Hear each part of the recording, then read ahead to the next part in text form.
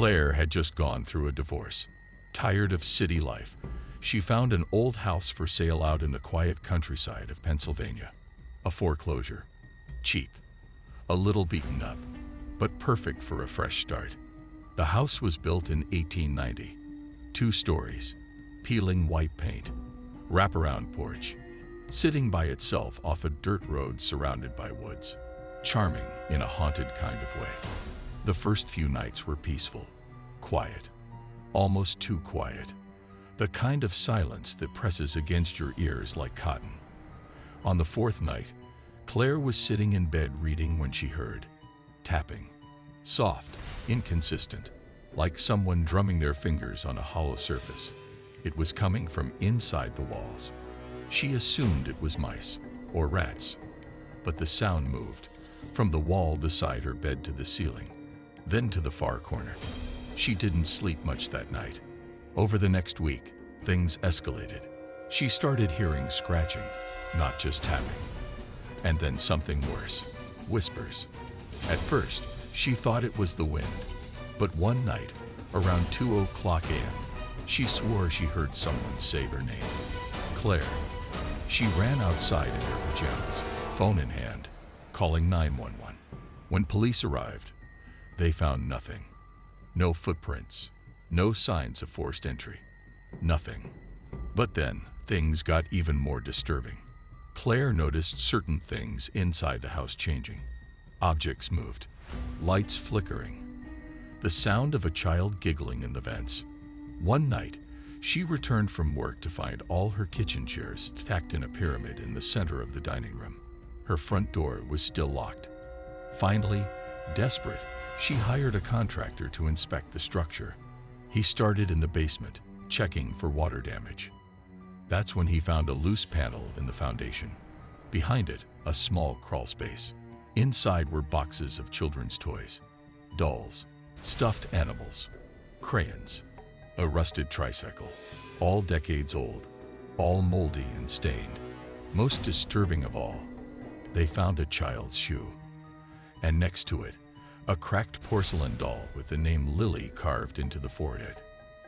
Claire contacted the Historical Society and found something chilling. In the 1950s, the house was home to a man who fostered children. 2 of them had gone missing. Their bodies were never found. The case had gone cold. She moved out the next day. The house sits abandoned. Locals swear that at night, you can hear a child humming from inside the walls. Ring around the rosy.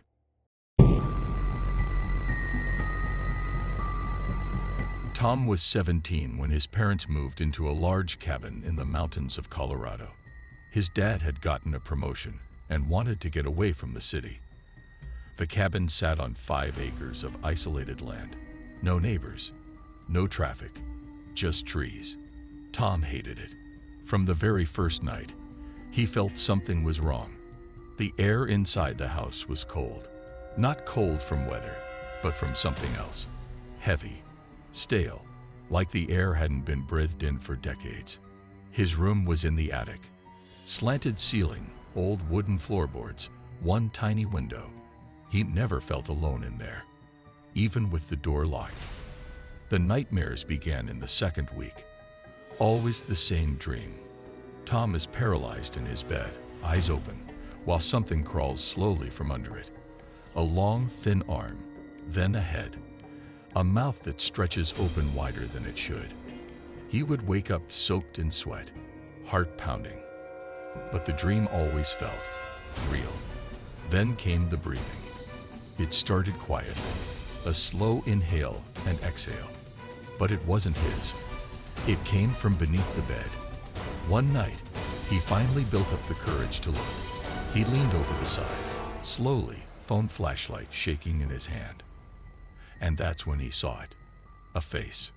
White. Skin stretched tight. No lips. Just teeth. Rows of sharp, tiny teeth. Its eyes were open wide, staring back at him, completely still. He screamed, bolted out of the room, and locked himself in the bathroom. When his parents checked, nothing was there. But the next morning, he found scratch marks under the bed. Not random ones. Letters. spelled out in jagged lines, STA. Over the next few weeks, things grew worse. Scratching on the floorboards, doors opening in the night. One morning, he woke up to find every mirror in the house shattered. No glass anywhere, just gone. They left the cabin within a month, never looked back. Tom still has dreams of that face, and sometimes, when he wakes up, he swears he can still hear the breathing.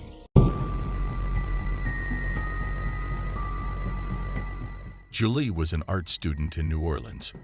One weekend, while browsing an estate sale in the Garden District, she found an old mirror leaning against a wall in the attic. It was beautiful, oval-shaped, framed with blackened gold and delicate carvings of angels and vines. The seller said it was from the 1800s, Victorian, possibly French. Julie bought it for $25. That was her first mistake. She hung it in her hallway. Within days, she began noticing things. Her reflection felt delayed, like it was a second behind. Sometimes her reflection would blink when she didn't. Then the dreams started. Always the same. She'd walk through a dark hallway filled with mirrors, but none of them showed her reflection. Instead, they showed him. A tall man, black suit, pale skin, wearing a wide-brimmed hat.